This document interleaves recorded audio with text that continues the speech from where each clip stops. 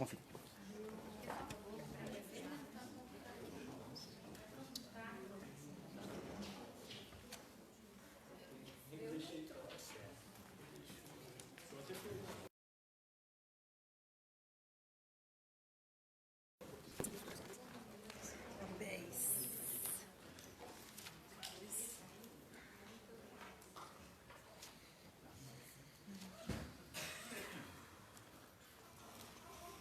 Boa tarde a todos. Damos continuidade ao nosso seminário. Essa é a nossa mesa 5, Empréstimos Úteis. Em primeiro lugar, fala o professor Cláudio D. Quimpotti, que é bacharel licenciado em História, mestre em História e doutor em História pela Universidade Federal do Paraná. Realizou estudos de pós-doutorado junto à Cátedra Jaime Cortesão, da Universidade de São Paulo, e estágio sênior junto à Faculdade de Letras da Universidade de Lisboa. Foi editor da revista História Regional e conselheiro da Revista Brasileira de História. Foi bolsista Produtividade da Fundação Araucária, tem experiência na área de História, com ênfase em Teoria e Filosofia da História, atuando principalmente nos seguintes temas: História da Leitura, Teoria da História e História da Cultura. Atualmente é professor associado da Universidade Estadual de Londrina. É professor do corpo permanente do mestrado em História, Cultura e Identidades da Universidade Estadual de Ponta Grossa e do mestrado em História Social da Universidade Estadual de Londrina.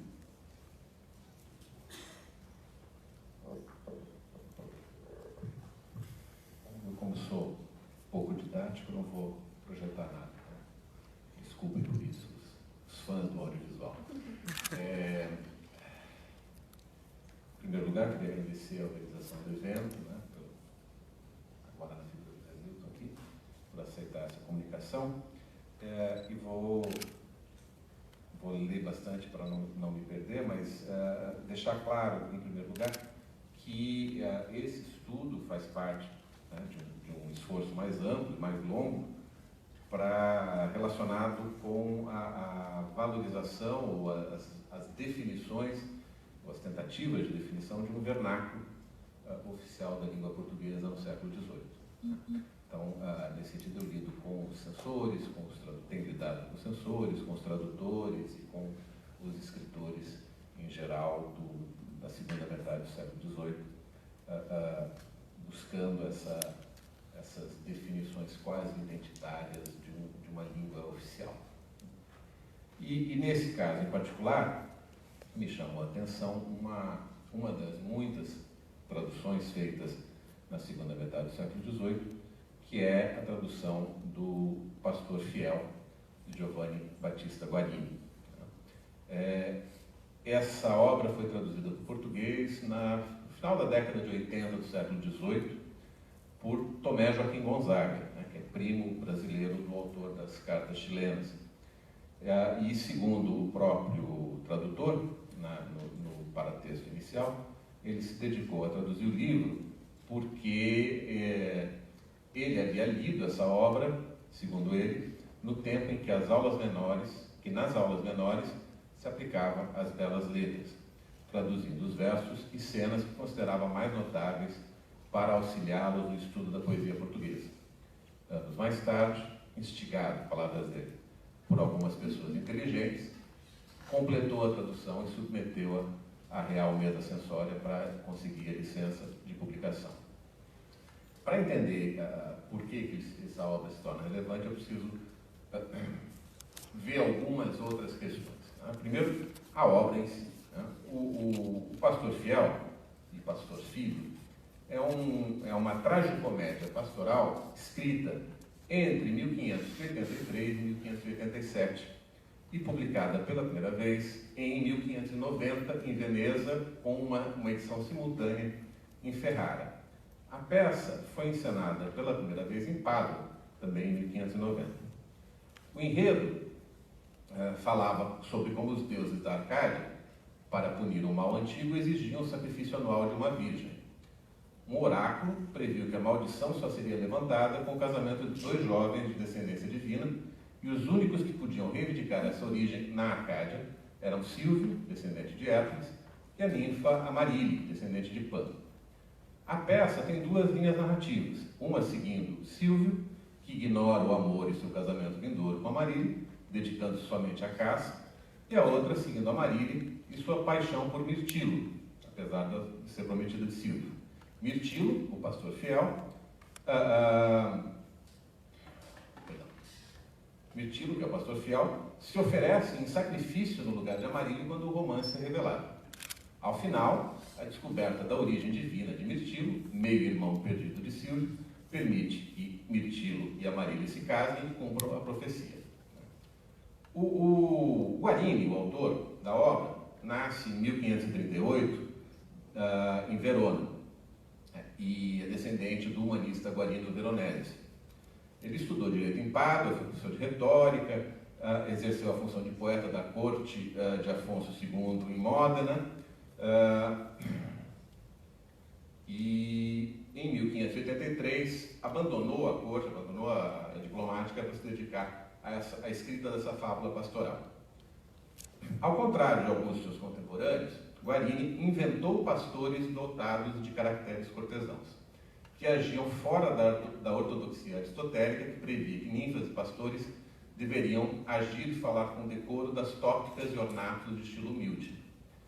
A obra, O Pastor Fiel, pode ser considerada como um modelo clássico da pastoral dramática, junto ao Aminta, de Torquato Tasso, que é contemporâneo de Guarini e rival de Guarini na mesma corte. E é um excelente exemplo de um trabalho literário cuja importância histórica supera seu atual significado em nossa cultura. Palavras do João Adolfo Hansen. Nos séculos que se seguiram à sua publicação, a obra de Guarini, depois de ter tido enorme sucesso nos palcos, passou a ser lida de vários modos, em várias situações e por vários públicos da Europa. Isso fica evidente ainda na virada do século XVI e XVII, com as críticas publicadas sobre o Pastor Fiel, as polêmicas em torno da obra de autores como Giovanni Malacreda, Paulo Beni, Sumo Faustino, e as respostas que o próprio Guarini produz. Então, logo depois da publicação, você tem aí uns 8 ou 9 textos publicados em torno da peça do Guarini, que são as críticas e as respostas que ele dá. Basicamente por causa desses caracteres cortesãos, dessa humanidade dos personagens da Arcádia. Se a gente seguir a história editorial da obra, a gente percebe que, de fato, ela é um estrondoso sucesso editorial. Num levantamento em bibliotecas europeias, eu encontrei 150 edições entre 1590 e 1800, com 84 edições em italiano e as outras em diversos outros idiomas, francês, holandês, alemão, espanhol e português. Outro dado que esse levantamento revelou foi que, quase imediatamente, a obra começou a ser traduzida. A primeira tradução é de 1593, ou seja, 3 anos depois da primeira edição italiana, em francês. A primeira edição espanhola é de 1602, feita em Nápoles, com a tradução do Cristóbal Soares Figueroa, escrevendo sob o pseudônimo Tarquínio Longo. Nesse mesmo ano, 1602, surgiu a primeira tradução em inglês, e em 1617 a primeira tradução em holandês, e em 1663 a primeira em alemão. A última língua na qual a obra foi traduzida foi o português, com a tradução de Tomé Joaquim Gonzaga, publicada em 1789. Especificamente sobre essa tradução, é preciso primeiro pensá-la como parte do interesse que a obra de Guarini tinha para os arcades luso-brasileiros do fim do século XVIII.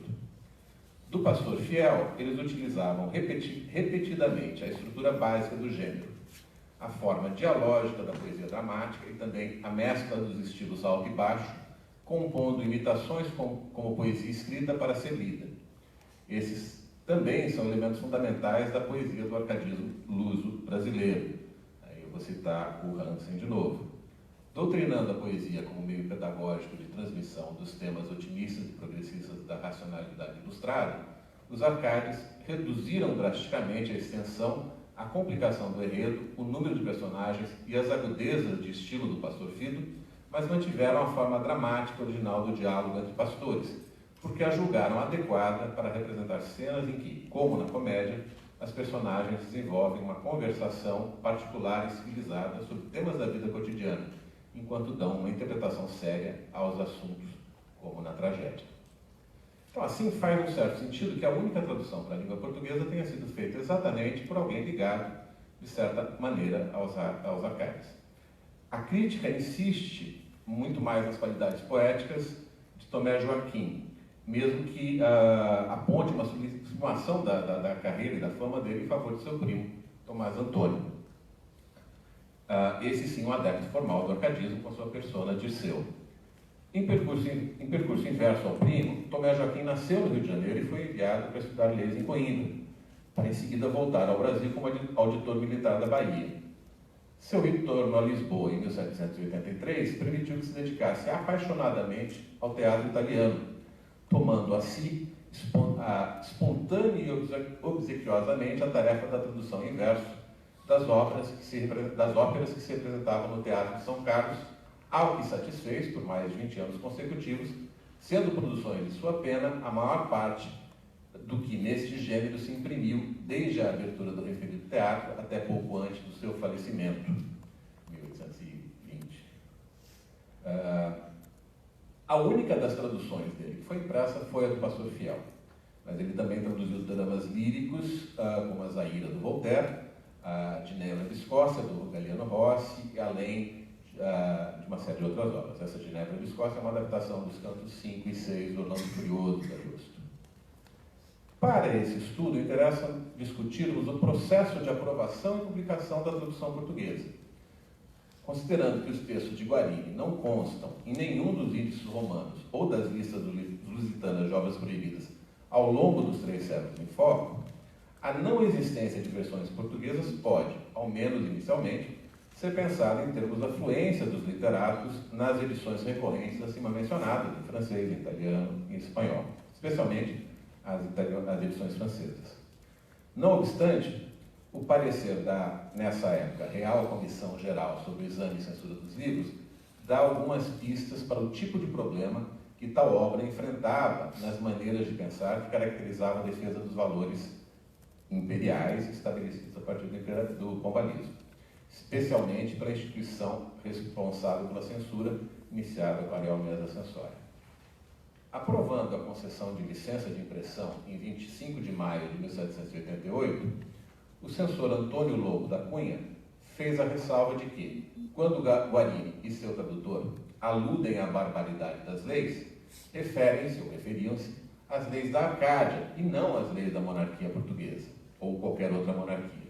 Então, portanto, não era uma crítica ao Estado. Para o censor, a obra deveria ser impressa apesar disso, mesmo que as expressões e a linguagem pudessem, eventualmente, segundo ele, ofender a delicada sensibilidade de algum leitor, né? Principalmente pelo tom erótico de algumas das conversas entre a ninfa e o pastor. Lobo da Cunha ainda lembrou enigmaticamente que esta obra, que seu original se pode avaliar por uma das mais agradáveis, brilhantes e poéticas na ordem pastoril, não deveria, contudo, de ter em seu encontro perigo enorme que a beleza e expressões amorosas, além da beleza e expressões amorosas, a fazer as mais sensíveis e tocantes dos corações feridos. Provavelmente alguma dificuldade na transcrição aqui, mas enfim. Aprovado pela censura, o livro foi impresso no ano seguinte, somente para ser novamente alvo das restrições monárquicas em fins de 1789. Em 14 de dezembro, Miguel Carlos José de Noronha e Silva Abrantes, principal Abrantes, assinou o edital no qual, em nome da rainha Dona Maria, ordenou que nenhuma pessoa de qualquer estado e condição que seja possa ter ou conservar o subtítulo do livro, Pastor Fiel, e que entregue todos os seus exemplares na secretaria da mesma Real Mesa da Comissão Geral, no preciso termo de 30 dias contados da publicação deste, para nela serem suprimidos debaixo das penas que estabelecem as minhas leis contra os que retêm, imprimem, espalham ou divulgam livros sem licenças e por mim proibidos. Então a trajetória do livro em português foi de pouco mais de um ano. ainda que elogie a tradução por ser muito superior àquelas que se acham impressas nas línguas francesas e castelhanas, e que podemos concluir circulavam em Portugal, e apesar da aprovação do aparato censório, que forçou o tradutor a corrigir expressões escandalosas, malsoantes, etc., o parecer alega que a coroa cedeu à pressão de algumas pessoas de mais delicada consciência que se ofendiam com a sua lição, com a sua leitura. E continua. E querendo eu, e devendo evitar toda e qualquer ocasião que possa escandalizar as pessoas timoratas, ou promover de algum modo a licença ou opção dos costumes, de cuja pureza tanto depende a felicidade só espiritual, mas também a temporal, dos meus vassalos, proíbo o livro. Uma tentativa de explicação dessa reviravolta foi escrita cerca de 80 anos mais tarde por José Murilo da Costa no Ensaio Bibliográfico Crítico sobre os Melhores Poetas Portugueses, de 1853. Segundo ele, a tradução de Tomé Joaquim Gonzaga, abre aspas, foi recebida com um aplauso geral e avidamente procurada, lida e disputada por curiosos e amadores da boa poesia. Porém, esse mesmo sucesso provocou inveja e fanatismo. E aí, continuo citando. Inveja e fanatismo que, não podendo atacar a obra pelo lado literário, tomou o partido de atacá-la pelo lado da moral e dos bons costumes, posto que, falando em rigor, essas acusações não podem admitir-se como justas. Firmando-se nesses fundamentos, os invejosos e os fanáticos gritaram tão alto como se a Igreja de Deus estivesse ameaçada de desabar, porque se havia publicado em português uma peça que havia séculos girava traduzida e impressa em todas as línguas da Europa, sem que a Igreja Católica houvesse sofrido abalo algum com isso. Aos gritos desses, juntaram-se os clamores de todas as filamintas, belisas e aramintas de Lisboa, despeitadas com as invectivas que o poeta havia posto na boca do sátiro. E o resultado de todos esses clamores e intrigas foi caçar-se a licença da obra, sendo apreendidos todos os exemplares que dela se encontravam nas lojas dos livreiros e remetidos para a biblioteca pública. Embora essa é uma versão do século XIX, e eivada de críticas à Igreja Católica, obviamente, havia uma crítica anterior à obra do Guarini, do século XVIII, escrita pelo Cândido Lusitano, que nesse caso condenava a estrutura poética e não o conteúdo. Né?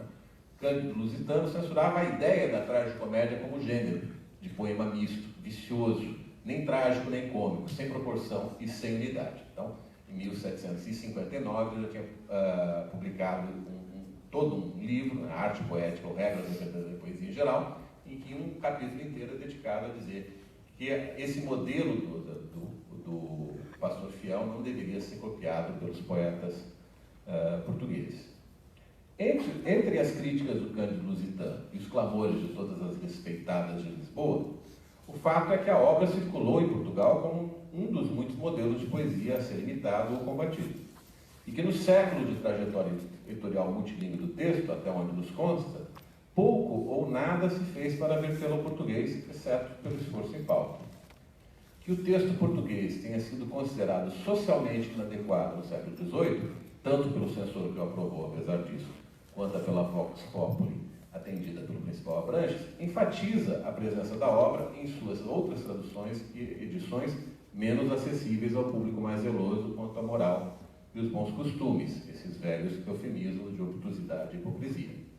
Mas, ao mesmo tempo, essa trajetória toda nos fornece um instantâneo, um retrato rápido do que era o mercado de livros em Portugal no fim do século XVIII, com pistas sobre a circulação de livros em diversas línguas, bem como sobre o mercado editorial português. Então, nós temos uma noção clara de que uma obra absolutamente consagrada circulou livremente nas suas várias traduções ao longo de 200 anos e só foi problemática no momento em que uma tradução passou a existir, a única tradução passou a existir.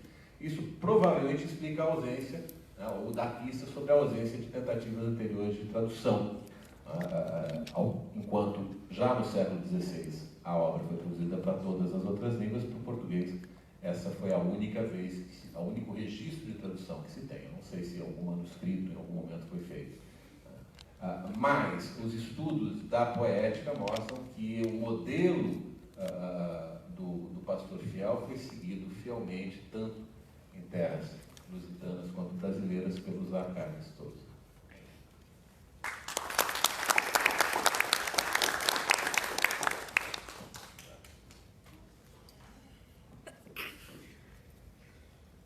Obrigada, Cláudio.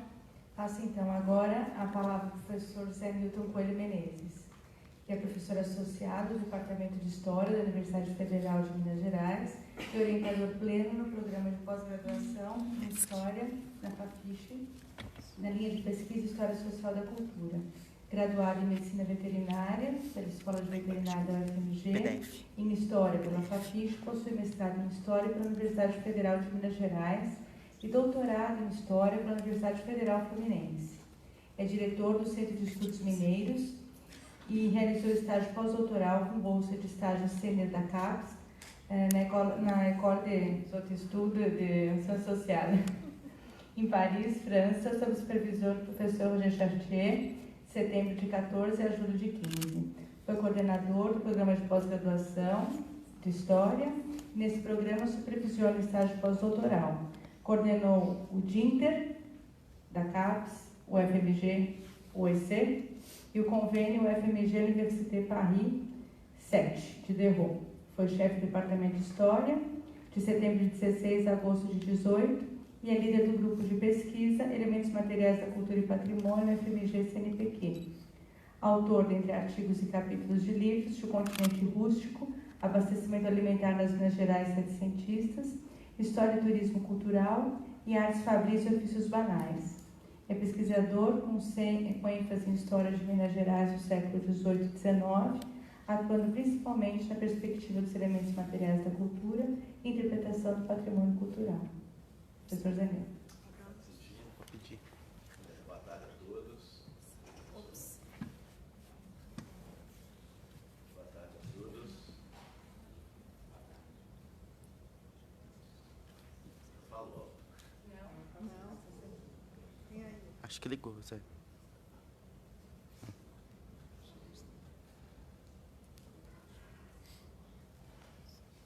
Vou fazer a mesma gracinha da Márcia, agradecer aos organizadores por terem aceito o meu trabalho, mas eu estou brincando, mas eu queria agradecer mesmo a Márcia Almada e ao Marco Gramont por terem me convidado para participar da organização do evento, o que me honrou muito, além de ter dado um trabalhozinho bacana, né? E o fato de estar participando me fez aprender bastante nesses 2 dias que a gente está aqui, então eu queria agradecer pelo convite. Eu vou apresentar um texto que na verdade, é parte de uma pesquisa ainda em andamento,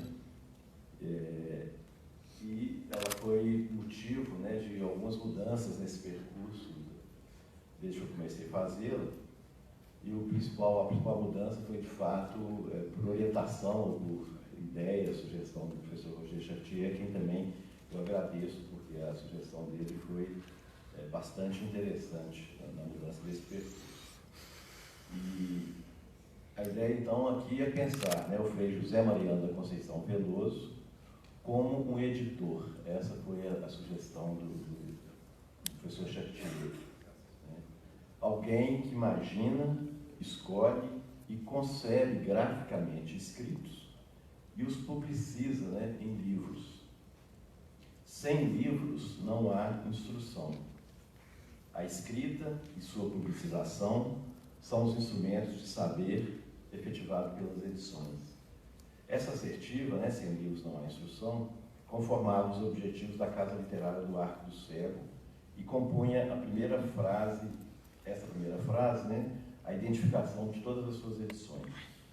A instrução dos povos era o objetivo que mediava o progresso da nação portuguesa, que era o objetivo maior, pensado em explorações de seus potenciais minerais e também de suas possibilidades agrárias.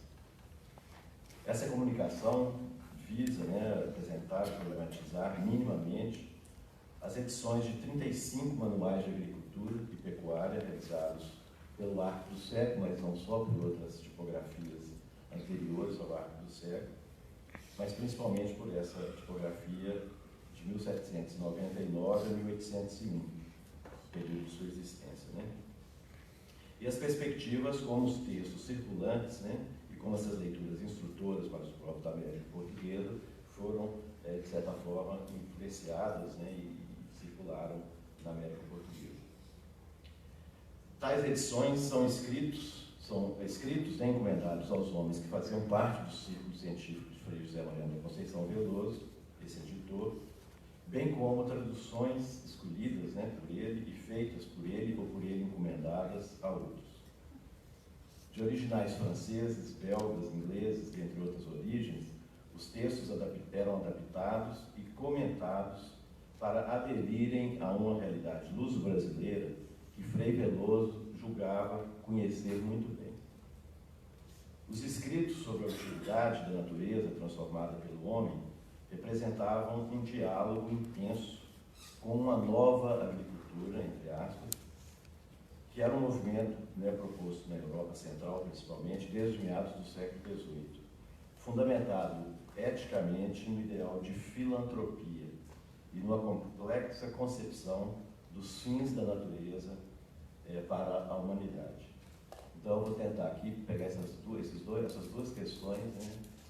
Poderia pegar outras dezenas de questões ligadas a essas edições, mas eu pensei em pegar exatamente uma ideia de natureza em Frei Veloso, um franciscano, e como que isso mudou, né, na trajetória dele, né, do tempo que ele era naturalista, ao tempo que ele foi responsável por essas edições, ele cai em Lisboa, quando ele vai para Lisboa, e pegar um pouco essa ideia da filantropia que eu acho que permeava todos esses homens, e inclusive ele.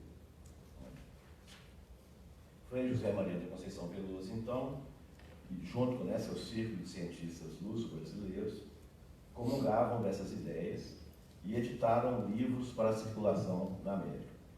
Dialogaram com os leitores desses escritos, respondendo suas cartas e produzindo novos manuais que respondessem às dúvidas desses leitores. A natureza, da concepção desse círculo científico, era para ser transformada, e os escritos e as edições deveriam enunciar a sua utilidade. Frei José Mariano da Conceição Veloso nasceu José Veloso Xavier, em Minas Gerais. Eu não vou falar muito da biografia dele, mas é bastante conhecido, né? É um personagem histórico bastante biografado, inclusive, né? Mas ele nasce em Tiradentes, é primo de São José del Rei, né? Primo de Tiradentes, e tem toda a sua vida ligada à sua formação franciscana no Rio de Janeiro, se desloca, né, como cliente de História Natural para São Paulo, depois volta ao Convento de Santo Antônio do Rio de Janeiro, de onde ele faz, né, uma viagem filosófica e produz, né, o Flora Fluminense, até hoje editado, né? E ele vai para Lisboa, com certo, protegido, de certa forma, por Dom Rodrigo de Souza Coutinho, buscando, na verdade, imprimir, né, editar o seu Flora Fluminense, o que ele não consegue fazer, né? Ele fica ligado inicialmente à Academia de Ciências de Lisboa, então aí tarefas que ele não quer cumprir, que ele não gosta de cumprir, acaba saindo até fundar, né? Começa a trabalhar com as edições, antes mesmo do Arco do Cego, e depois ele funda o Arco do Cego em 1799. Nosso personagem torna-se um frei vocacionado pela sua ordem para ser sensível aos fenômenos do mundo natural, essa sensibilidade da matriz franciscana. Interessa-se especialmente pelo ensino de história natural e pela pesquisa da natureza vegetal. Ele vive num ambiente do Rio de Janeiro, a partir de 1770, que propicia e estimula esses seus estudos. Temos em 1772, por iniciativa do Marquês de Lavradio, a fundação, né, da Academia Médica, Cirúrgica, Botânica e Farmacêutica do Rio de Janeiro, muitas vezes referida como Sociedade de História Natural do Rio de Janeiro, que agregava uma série de amadores naturalistas do meio castrense e eclesiástico da cidade, né? No Rio de Janeiro também tem todo um contexto, né, que eu vou pular aqui o texto, para ganhar um pouco de tempo, mas todo um contexto que estimulava essas pesquisas dele, a Academia dos Seletos, a própria Sociedade de História Natural, né, a Casa dos Pássaros, né, que era a Casa de História Natural ligada também ao vice-rei, né, Luís de Vasconcelos de Souza. Então, toda uma ambientação que era importante, né, para esse contexto dos estudos dele. Tá? Ele, quando vai para Lisboa, em 1790, ele vai para transportar 70 caixotes de amostras de espécies naturais e os originais, né, essas pranchas com os desenhos sobre a flora fluminense que ele tinha pesquisado, ficam depositados, então, no Arraial da Ajuda, já sob a direção de Domingos Vandera. Nosso instigante personagem torna-se editor quando se desloca para Lisboa, a despeito de seu afastamento da Academia de Ciências da capital lusitana e das muitas críticas à sua obra, a flora fluminense, sobre a flora fluminense. O que o teria levado a conseguir esse estatuto editorial sendo um autodidata e não usufruindo do beneplácito acadêmico, científico, do círculo intelectual lisboeta, é algo que a gente se pergunta, né? Como ele conseguiu fazer o que fez, né, sobre a proteção de Dom Rodrigo. Né? Os projetos editoriais do Frei José Maria da Conceição Veloso têm um marco original, né, nesse afastamento da academia e na preparação e publicação de um periódico agrário, né, em 1796, que ele edita na Oficina Patriarcal de Lisboa. Acho que eu tenho imagem. Aqui são a imagem, mostra os achados de Deus aqui no Público Mineiro de obras que eram enviadas de Lisboa e editadas, né, pelo Frei José Maria da Conceição Veloso antes e durante o período do Arco do Cego. Então são listas, né, são 2 listas que eu encontro, né, com esses livros e a destinação deles aqui na capitania de Minas Gerais. Né. E aqui esse quadro é a segunda lista, a maior lista de envios de edições, né, que vêm para... Aí não estão listadas apenas essas obras destinadas ao mundo agrário, né, mas todas as obras que vieram. Obras, aliás, que a gente não encontra, ou pelo menos até hoje eu não encontrei, nos arquivos regionais de Minas Gerais. Esses exemplares, que são encontrados em Lisboa e estão disponíveis via internet, né, na Biblioteca Nacional de Portugal. Tá? É essa a primeira experiência editorial dele, que é um periódico, né, sai vários números com certa periodicidade, Paládio Português e Clarim de Palas, que anuncia periodicamente os novos descobrimentos e melhoramentos na agricultura, artes, manufaturas, comércio, e oferecido aos senhores deputados da Real junto do comércio. No primeiro Paládio, né, as novidades eram exclusivamente do campo dessa nova agricultura europeia, preconizada pelos conhecimentos agronômicos, da filosofia natural setecentista, influenciada pelos princípios econômicos da fisiocracia, econômicos e políticos da fisiocracia. Para as primeiras edições de livros, Frei Veloso procurou constituir uma rede de tipografias para dar vazão às edições de textos que atendessem ao seu interesse temático. Assim, essas obras seriam editadas pelos prédios das oficinas de Antônio Rodrigues Galhardo, impressor da Casa do Infantado, né, de João Procópio Correia da Silva, impressor da Igreja Patriarcal, e pelo oficial impressor independente Simão Tadeu Ferreira. Chamando a si a condição de compilador de textos, coordenador de projetos gráficos e tradutor, o franciscano procurava ter material interessante para as edições que, segundo seus biógrafos, já objetivavam a distribuição, tanto em Portugal quanto no Brasil. Eu vou passar rapidamente algumas imagens, né, e os títulos desses manuais voltados para a agricultura, tá? Até chegar a uma lista.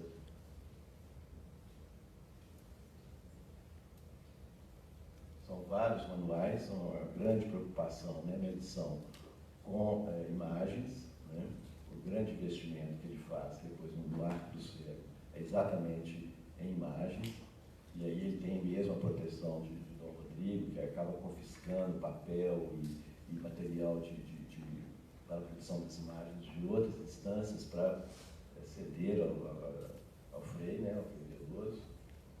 Vou passar rapidamente, só para vocês verem um certo cuidado, né, editorial. Os textos traduzidos, né, eram textos que ele comentava, modificava em partes, tentando se adaptar à realidade que ele julgava conhecer, né? Então tem vários textos onde ele interfere na tradução, com comentários, ou mesmo no próprio texto. Então chega essa lista que são obras publicadas por Frei Mariano, né, Veloso, antes do funcionamento do Arco do Cego. Né?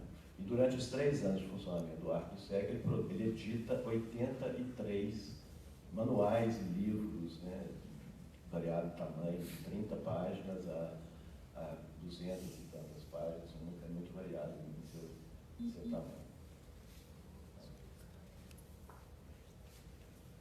Aí a marca do Arco do Cego, né? Oficina tipográfica, calcográfica, tipoplástica e literária do Arco do Cego. E ele também encomendava textos, né? Um círculo de intelectuais que cercavam, esses sim com formação acadêmica, né? Em Coimbra, todos eles luso-brasileiros, né? Que produzem também textos originais, né, e são editados. Depois tem alguns exemplos aqui. Aí é um exemplo de uma compilação de textos traduzidos por ele e adaptados, que eles chamam de Fazendeiro do Brasil, que começa a ser editado antes do Arco do Cego. Alguns volumes são editados no Arco do Cego. E termina as suas edições, esses 9 tomos, já no Brasil, né, na imprensa, quando Dom João VI vem, né? Ele vem de volta com a família imperial, sobre cana-de-açúcar, né? Uma clássica produção sobre cana-de-açúcar, com detalhes, né, das imagens.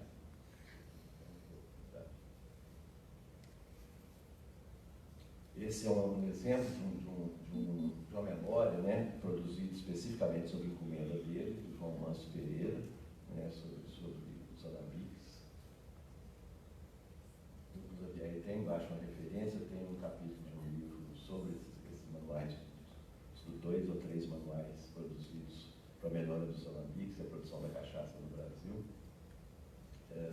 Ilustração do manual do João Manso, também, né, dos tanques de fermentação, fornalhas e do próprio alambique. Esse Tratado da Cultura do Pessegueiro é uma obra fantástica, de uma beleza incrível. Desse eu tive em mãos o original belga, né, na Biblioteca Nacional da França, de uma ilustração bastante bonita, né, são muitos os tipos de pêssegos. A arte do louceiro, né, esse não ligado à agricultura, mas eu coloquei porque ele é especificamente muito ilustrado. Princípios do desenho também da mesma forma, e o Fazendeiro do Brasil, dos seus vários tomos, acaba né, preocupado. Né? O primeiro tomo é esse que está aí, expressa leite, manteiga e queijo, né, que ensina a fazer esses produtos, né, a partir do leite.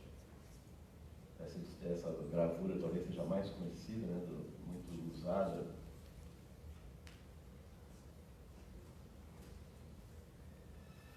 E uma das influências no diálogo dele com essa nova agricultura, essa velha agricultura francesa, né, é com Henri Louis Joamel de Monceau, um agrônomo francês, que ele traduz o método de fazer carvão, né, de madeira, e utiliza as imagens do original francês fazendo modificações. Né. Aí está um exemplo das modificações, né, à esquerda, a edição portuguesa e à direita a edição francesa.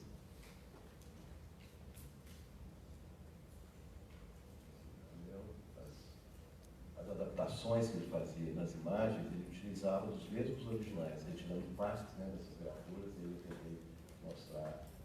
E uma série de manuais, então ali são 7 manuais que ele já produz no Arco do Cego, que são originais encomendados por ele em português. Quanto tempo eu tenho assim? Eu não controlei isso assim.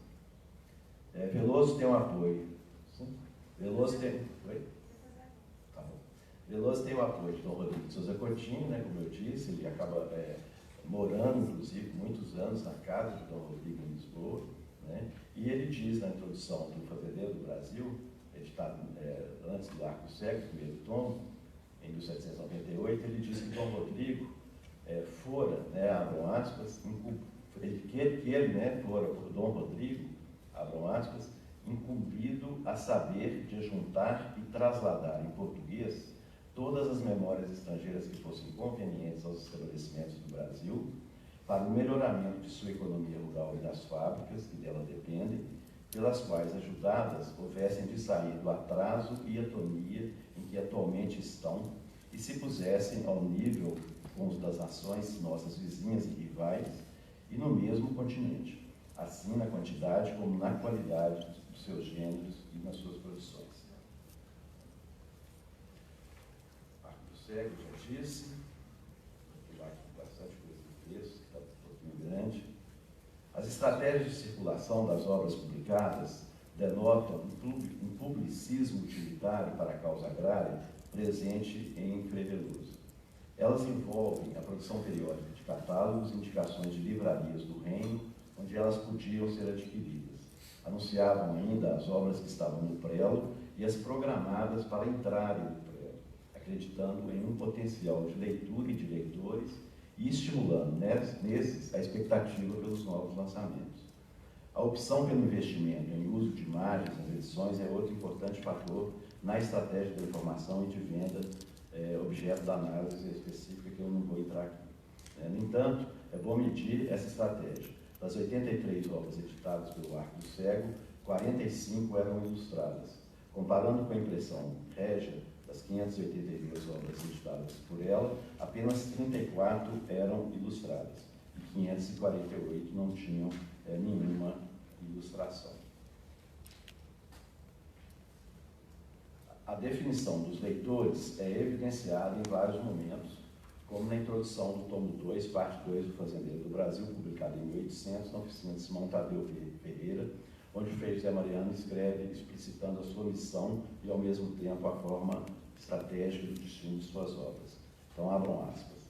Essas obras devem ser como cartilhas ou manuais que cada fazendeiro respectivo deve ter continuamente nas suas mãos, dia e noite, meditando e conferindo as suas antigas e desnaturalizadas práticas com as novas iluminadas, como que deduzidas de princípios científicos e abonadas por experiências repetidas que eles propõem para desbastardar e legitimar os seus gêneros, de sorte que hajam, por consequência, de poder concorrer nos mercados da Europa a par dos estranhos. Bom, eu vou pular para a questão da natureza, só para resumir lá um minutinho aí, talvez, né, que um ponto essencial dele é essa mudança de uma ideia, né, naturalista por excelência, né, voltada pelas pesquisas dele como naturalista, né, de classificação e dos vegetais, né, a modo que ele deu, né, para um interesse mais utilitário e mais agrarista. Eu falo da minha hipótese, então, é que ele muda, né, de uma perspectiva naturalista para uma perspectiva agrarista. Né. Numa ideia, né, um pouco franciscana e bastante presente nas prédicas de Frei Manuel do Cenáculo, né? Ou seja, que existem duas naturezas, uma natureza mais espiritual e uma natureza material, que o homem tem que dignificar, né, a sua existência divina, exatamente sabendo equilibrar o destino dessas duas naturezas. Eu não vou ler porque está muito grande, e vou passar por essa outra questão, porque o meu tempo já acabou nesse dia. Eu sou o organizador e o primeiro que fura com o tempo. O primeiro que ultrapassa o tempo. Mas ele também, vamos dizer assim, ele comunga, né, dessa ideia filantrópica, né, de que a ciência, essa ideia é trabalhada por alguns pesquisadores, a Lorelai Cury aqui no Brasil, e a Catherine Duprat, uma historiadora francesa, trabalha muito bem, né, como se fosse não uma ideia, mas uma atitude dos cientistas europeus no iluminismo tardio, né, onde a ciência existe para melhorar a qualidade de vida da sociedade e ela só é medida na sua eficácia utilitária se existir um progresso das nações que equilibre, né, a qualidade de vida dessa sociedade. As argumentações das prédicas do próprio Frei Veloso estão muito dentro dessa perspectiva filantrópica e é por isso, então, que eu o filio, né, a essa corrente. Para encerrar, então, a escrita e a edição dos textos técnicos e o esforço de circulação deles, o trabalho de conhecer a força produtiva da natureza para dela retirar o progresso social. É assim na Europa no final do século XVIII, no início do século XIX, parte dessa atitude do homem de saber. Frei Veloso, nesse sentido, é sábio porque é também um filantropo. Desculpe o tempo ultrapassado.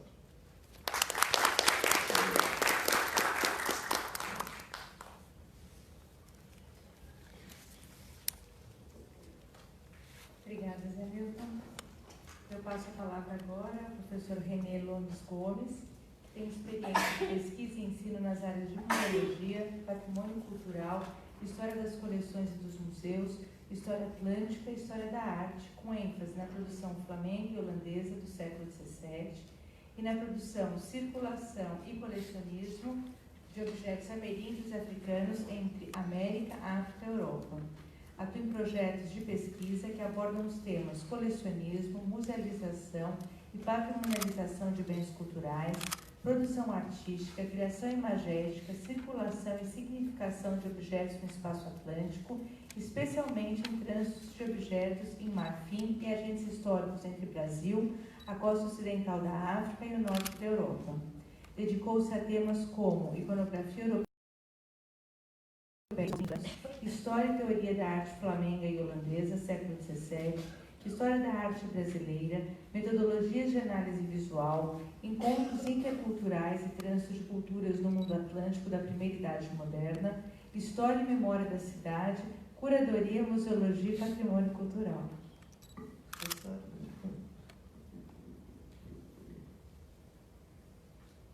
Bom, obrigado pela apresentação, agradeço aos organizadores, né, pelo aceite de apresentar esse trabalho aqui.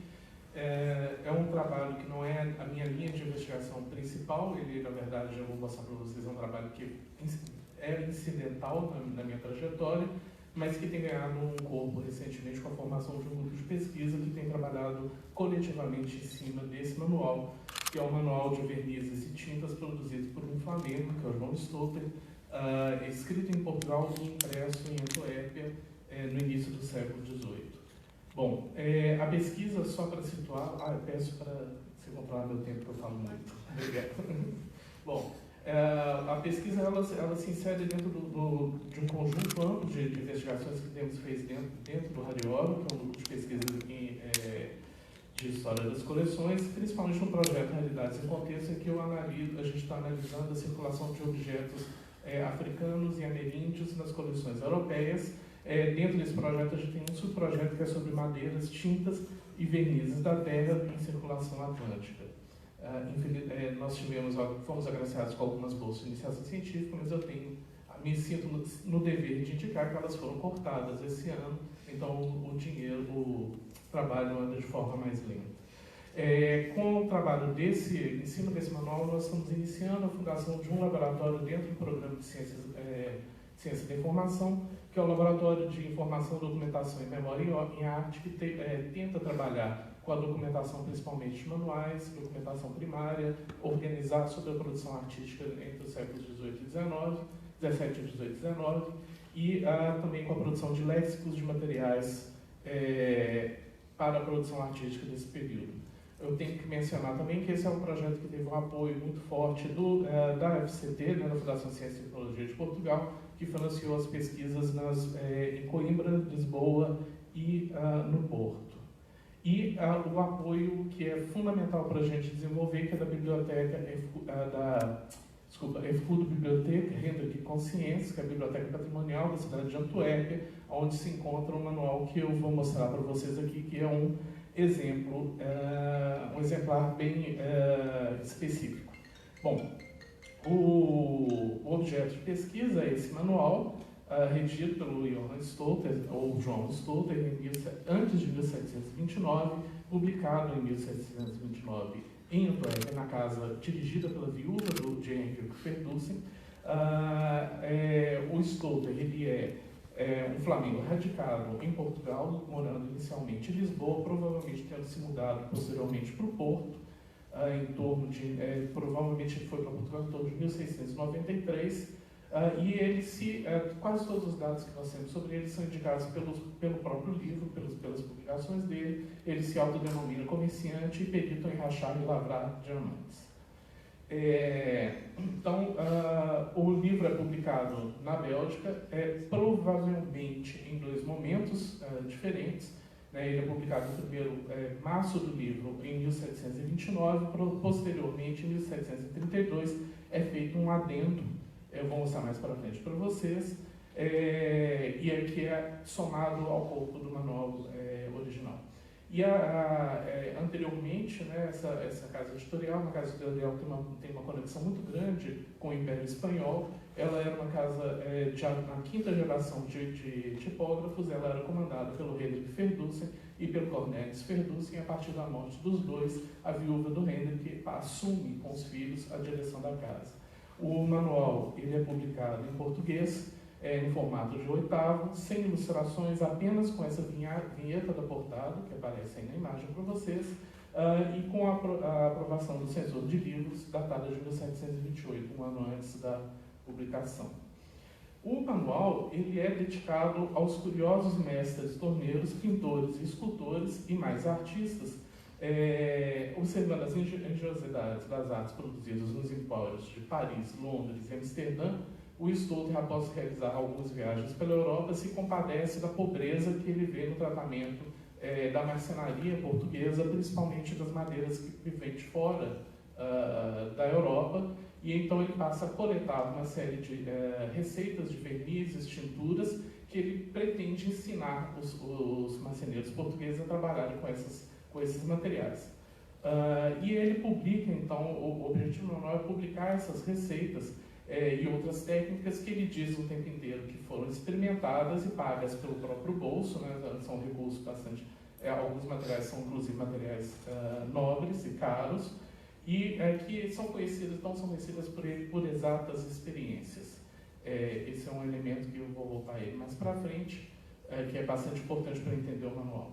O manual, então, ele é composto por 4 livros. O primeiro se chama Arte de Brilhantes Vernizes e Tinturas, em que ele fala das origens e qualidade das matérias-primas e dos compostos artísticos que devem ser utilizados, principalmente na marcenaria e na tornearia. Ele vai citar, então, longamente, algumas madeiras de dentro e de fora do Reino de Portugal, especificamente madeiras do Brasil, e algumas da África e algumas das Índias de Castela. Também vai ensinar a trabalhar com os coquilhos, ossos, marfins, e colocar dentro, no final desse livro, ele trata da arte de invernizar e tingir.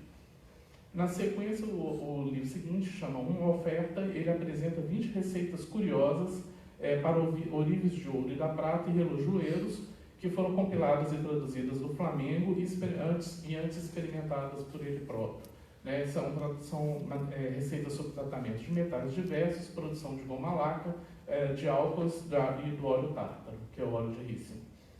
Depois, na sequência, tem um suplemento, que é um complemento aos 2 livros anteriores, com advertências sobre a manipulação das receitas. Então ele fala, por exemplo, cuidado com o composto tal que ele pode explodir no manuseio. Então tem algumas dicas preciosas, e ele também faz algumas correções, principalmente as proporções dadas no livro anterior. E, para completar, o 4º livro, chamado Coisa Nova, ele faz um acréscimo, né? Ele fala, no início desse livro, que após terem sido impressas as 39 páginas do livro anterior, ele resolveu acrescentar novas receitas ao livro e mandou imprimir, então, um complemento a esse livro. E se lamenta o fato de que, antes mesmo de ter feito essa complementação, 50 exemplares já tinham sido encadernados e circulados na mão de amigos que eram insistentes e que queriam ter logo a obra.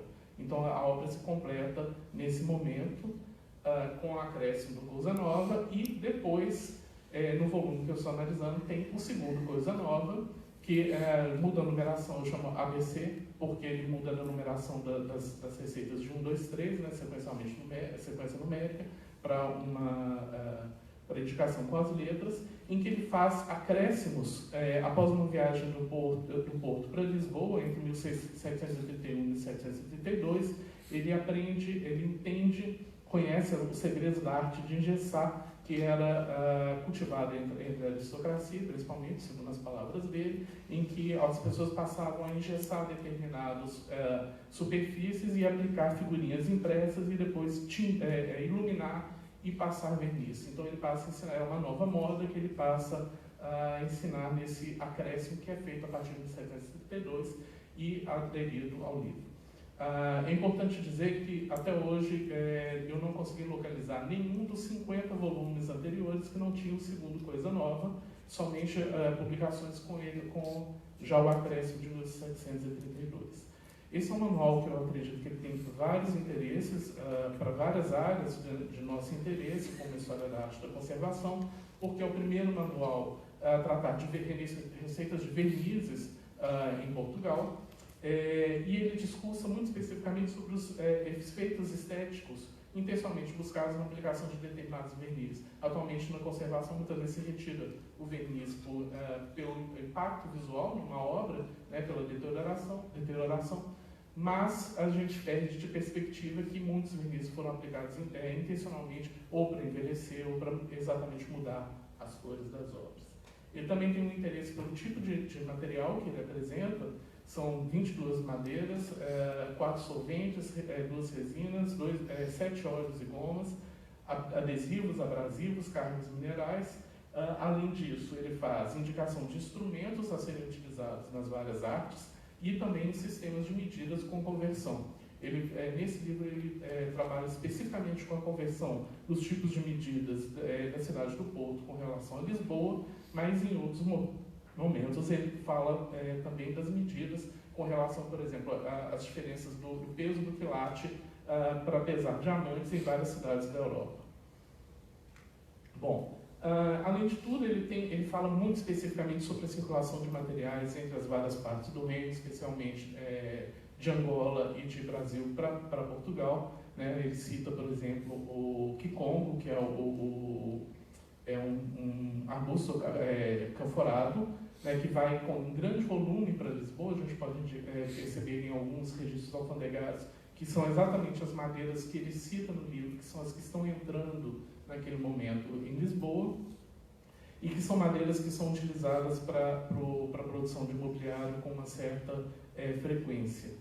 Bom, além disso, a gente percebe que existe a gente tem pequenas notícias de um uso longevo da obra. Ela vai aparecer, por exemplo, no catálogo do Colégio Jesuíta de Vigia, no Pará, e depois vai ser citado pelo filho do Domênico Vandelli, né, que é um químico com uma indicação de boa obra sobre a produção de álcoois, e também é vendido até o século XIX no Rio de Janeiro. Ele vai ter múltiplas edições, então, pela sua própria... A gente vê a importância dele pela forma como ele foi tratado. Ele vai ser publicado em Antuérpia em 1729, depois vai ter 3 edições em Lisboa, todas póstumas, provavelmente póstumas, por diferentes oficinas. Vou falar um pouco sobre elas mais para frente. Bom, e ele tem algumas singularidades muito interessantes do ponto de vista da produção editorial, como a circulação antes da finalização, a inclusão de correções no processo de edição, a produção em português em Flandres, né, na língua portuguesa, para um público especificamente português. Bom, e além disso, a gente tem uma circulação que parece ter sido grande, de exemplares anotados com conteúdos distintos. Tá?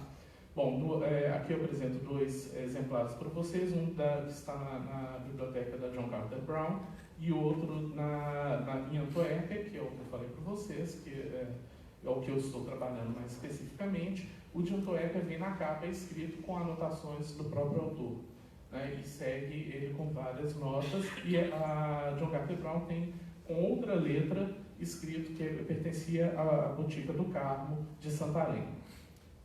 Bom, sobre o Stodden a gente sabe muito pouco, além do que ele diz no próprio livro. Em Atas Notariais de Antuérpia e Haia, eu encontrei apenas algumas participações dele como testemunha em alguns atos como casamento, venda de casa. Em Haia, especificamente, tem uma nota indicando ele como responsável por um transporte de cargas. Todas essas pode ser que sejam o próprio Stodden ou um homônimo, ele tem que trabalhar essas fontes de forma mais detida, mas todas elas param de aparecer em 1683, que coincide mais ou menos com a possível ida dele para Lisboa. Bom, além disso, essas práticas, né, dele como autor e como anotador dos próprios livros, ela já é anterior, 10 anos antes da produção do Arte dos Vernizes. Ele publica O Espingardeiro, que é um livro sobre produção de espingardas, em que ele promete limpar a produção de espingardas, quebrando as desproporções na produção do cano e da coronha. Então é um trabalho em que ele vai fazer de forma bastante detida, tentando criar sistemas métricos para a definição de cada processo e de cada peça de composição de uma arma. Bom, além disso, a gente consegue perceber facilmente que ele circulou pela França, pela Holanda, pela Inglaterra, e tinha um conhecimento claro do flamengo, do francês, provavelmente línguas nativas, do alemão, do português e do espanhol. Bom, ele também se afirma como um amante da caça, da armaria e da marcenaria, sendo provavelmente, aí é uma hipótese minha, um torneiro profissional amador, sendo que nesse momento, já estudei outros torneiros anteriormente, a tornearia passa a ser um passatempo aristocrático, ela tem um caráter enobrecedor neste momento em alguns locais, então inclusive alguns reis, como o rei da Dinamarca, toda a família real da Dinamarca, ela aprende a tornearia como um passatempo. Eu acredito que ele possa ter sido um torneiro por uma coincidência. No espingardeiro ele trabalha muito delicadamente cada passo da tornearia e os tornos, os diferentes tornos são explicados por ele, e o torno é algo que é comum, tanto a produção de armas, quanto a produção da marcenaria, que ele vai tratar no segundo tratado, e da lapidação de diamantes. São tornos diferentes, aqui eu apresento os três. O primeiro, que é o vertical, é o da lapidação, o do meio é da marcenaria, que é muito parecido com o torno de verromar canos, que é para metais, que são para os canos das árvores, ou das armas, desculpa. Bom, o Stouter também, a gente percebe que ele goza em Portugal e na própria Antuérpia de uma circulação entre os estratos privilegiados da sociedade. Em Antuérpia, o primeiro livro vai ser introduzido com uma nota laudatória pelo Petrus de Witt, que é um colecionador de arte e de armas também, é uma referência, né, dentro da comunidade católica de Antuérpia, e que também ele tem uma biblioteca de obras especializadas. O segundo livro é introduzido pelo referendo Dom Antônio de Deus Campos, que é o abade da freguesia de São Nicolau, que depois se transforma no cônego magistral da Sé do Porto e padrinho de Tomás Antônio Gonzaga. Bom, o Stouter ele também manifesta uma espécie de curiosidade com alguma consciência científica, que eu classifico como consciência científica chã, na tentativa o tempo inteiro de padronizar procedimentos, estabelecer medidas e proporções para tudo que ele vai ensinar nos dois manuais.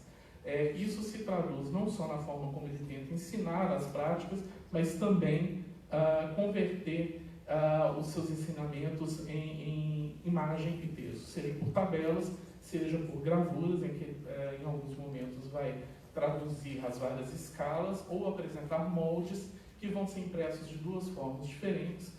Esse é um molde para composição de armas, em que nesse molde de papel a pessoa pode cortar, colar em cima de uma madeira e ensina a fazer para criar um molde das peças. Ou ele faz para algumas pessoas especiais esse molde em pergaminho para que ele não dilata na hora de ser colado na madeira. Então ele apresenta, o livro é encartado com vários moldes que podem ser utilizados, seu da espingardaria, que podem ser utilizados em vários momentos. E são moldes que são desenhados por ele próprio, como o próprio portado do espingardeiro, e depois executados em Flandres pelo Petrus Baltazar Baltares. Bom, e ele é um autor que tem muito aguerrido conferência e na anotação dos seus materiais. Todos os dois manuais vão ser fartamente preenchidos com notas do próprio Stolter. Especificamente estou trabalhando com o Arte dos Brilhantes Vernizes em 3 edições, um da Universidade de Coimbra, que eles não me autorizaram a reproduzir, e as 2 que eu já mostrei para vocês da John Carter Brown e da Universidade de Lisboa. Da Antuérpia. Quanto à autenticidade, né, o primeiro passo que eu fiz foi tentar identificar a autenticidade desse primeiro manual que é dito com anotações do autor, comparando os 2 exemplares do espingardeiro e 2 do Ácido dos Vernizes, a gente consegue identificar a repetição de várias letras-chave que me indicam que é a mesma mão que anotou todos os volumes, não necessariamente a mão do Stolter, pode ser alguém encomendado, né, que ele possa ter encomendado a anotação, mas eu acho pouco provável. Eu não tenho ainda um documento manuscrito dele para poder comparar. Não tem. O manuscrito autógrafo ainda não, está assinado. E além de tudo, as anotações elas variam muito pouco, variam relativamente pouco de um volume para o outro, mas o volume específico que eu estou tratando de Antuérpia, ele tem anotações bem mais largas. Eu vou falar rapidamente, porque o meu tempo já está esgotando, sobre as notas que eu encontrei no Arte dos Brilhantes Vernizes. Elas são notas de vários tipos. Na verdade, essa primeira nota que eu estou tentando classificar essas notas só como um estudo para tentar ver as intenções do autor diante do objeto. As notas do espingardeiro são todas de correção ou de montagem. As notas de montagem são indicações de onde deve ser, como que o livro será finalizado. Então, por exemplo, as páginas soltas, elas são numeradas com a nota, com o número correspondente ao livro em que ela deve ser encartada, onde ela deve ser encartada e colada, e lá, em alguns exemplares, tem escrito, colar aqui a página 69. Já as notas do Brilhantes Vernizes são completamente diferentes. Elas são algumas muito pontuais, notas de correção, em que ele vai corrigindo erros de tipografia ou grafia errada das palavras, ou falta de determinados sinais que não aparecem na edição, ou notas de ordenação, que facilitam entender a composição do volume. Eu só consegui recuperar aqueles 5 livros que compõem o manual, a partir do momento que eu peguei o manual anotado, que ele está dividido por notas indicando aonde começa o suplemento, onde começa ou coisa nova e tudo mais. Além disso, aqui, por exemplo, tem um índice breve do Artes e Vernizes, ele vai apontando, esse é o índice do Artes e Vernizes, depois tem o índice do coisa nova. Além disso, ele tem notas de emenda ou de acréscimo, em que ele vai acrescentando elementos ao livro, e esses elementos vão ser elementos, às vezes, muito específicos. Ele tem alguns que são as erratas. Na errata, ele vai estar escrito, primeiro impresso, que essas erratas podem ser acrescidas manualmente pelo leitor no livro original, no corpo do livro, e embaixo ele ainda acrescenta à mão um lamento de ter tantos erros, né, que devem ser modificados. Além dessas, tem notas de acréscimo que ampliam o conteúdo, como, por exemplo, várias referências bibliográficas, principalmente de tradição francesa, manuais franceses. Ele vai também fazer referências cruzadas a várias partes do livro, então ele vai falar, numa receita de um verniz, veja lá no Coisa Nova e tem tal o desenvolvimento dessa receita. Ele também faz complemento das formulações e correções e acréscimo de novas experiências. Ele fala, por exemplo, um determinado verniz que ele pode ser composto por um outro processo que ele acrescenta à mão. Bom, deixa eu passar aqui para frente. Essas notas, muitas vezes, elas são interlineares, ou feitas ao pé da página, ou na lateral, né, na marginália propriamente dita. E a maior parte, assim, um volume considerável dessas notas, quando são notas de acréscimo, de técnicas ou de materiais, são referentes ao Brasil, o que me parece algo bastante interessante, né, como, por exemplo, nessa passagem, que é uma passagem sobre polimento, em que ele fala sobre alguns locais em que o polimento da madeira pode ser feito com peixes, chamados leitões, com a pele do peixe, e no Brasil é feito com folhas. Então, na parte das madeiras, por exemplo, ele acrescenta novas madeiras, indicando, por exemplo, madeiras de Pernambuco, do Maranhão, e ele vai ampliando este volume. E, em alguns momentos, ele também faz traduções de termos, principalmente do francês e do flamengo, para o português, e o acréscimo de alguma referência de literatura estrangeira. Bom, só para terminar, então, eu tentei estudar, a gente está tentando mapear a procedência desses volumes. Infelizmente, eles foram comprados muito recentemente. E eu vou ler, então, agora algumas conclusões, né, nesse estágio que a gente está com a pesquisa. Todos os exemplares contêm os acréscimos posteriores a 1732. O exemplar de Antuérpia ele possui notas muito mais extensas e densas, são 200 notas, com um volume superior de notas de acréscimos, muito mais notas de acréscimo de correção. O exemplar de Coimbra possui o menor número de notas, só apenas 17 notas, mas ele foi refilado e pode ter perdido algumas notas no refilamento. A edição de 1786, provavelmente póstuma, tem a redação corrigida em alguns erros e estrangeirismos e incorpora muitas poucas notas de ordenação com relação ao exemplar de Antuérpia e não incorpora os acréscimos. Não é possível hierarquizar esses vários volumes, exemplares que eu estou trabalhando, à moda da crítica textual tradicional, e identificar qual seria a última vontade lúcida do autor, uma vez que a operação exige uma interdependência entre versões anotadas e impressas. E tampouco você pode manter o fetichismo de original e cópia, uma vez em que todos os volumes analisados possuem particularidades interessantes. O trabalho autoral de Stotter parece se completar somente na anotação e na ampliação do impresso, não na publicação. É no momento que ele volta aos livros impressos. E ele parece devolver de forma aparentemente deliberada os volumes produzidos em série à condição de itens singulares. Os exemplos da John Carter Brown e da Hendrick Consciência evidenciam a possibilidade de que essas notas adaptassem-se às necessidades ou interesses do leitor. É uma hipótese que eu estou tentando perseguir agora, tentando identificar a proveniência dessas obras para ver se a gente consegue realmente fazer essas correlações. Para completar, né, estourei meu tempo, a intermitência entre os trabalhos de escrever à mão e imprimir e a finalização da obra no ato de anotá-la e aumentá-la quebra a hierarquia entre manuscrito e impresso e coloca em xeque a ideia de supremacia do último sobre o primeiro na primeira idade moderna. Bom, espero que tenha dado para vocês terem um panorama da pesquisa. Obrigado.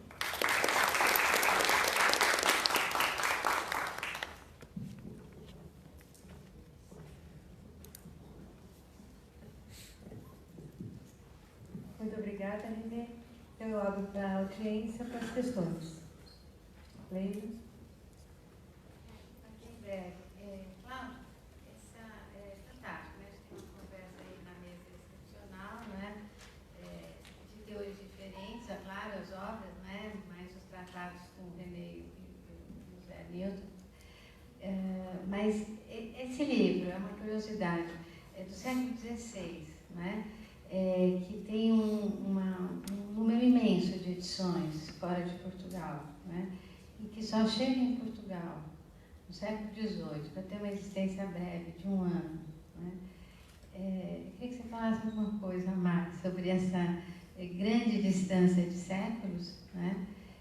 De uma ideia que é muito questionada pela historiografia há muitos anos, rebatida sobre o iluminismo em Portugal, né? E você é especialista do século XVIII, e desse suposto atraso português, o suposto iluminismo tardio, etc., etc. Do jeito que se apresentou, parece que a obra é um interesse de uma personalidade, de um indivíduo que chega em Portugal e faz a tradução,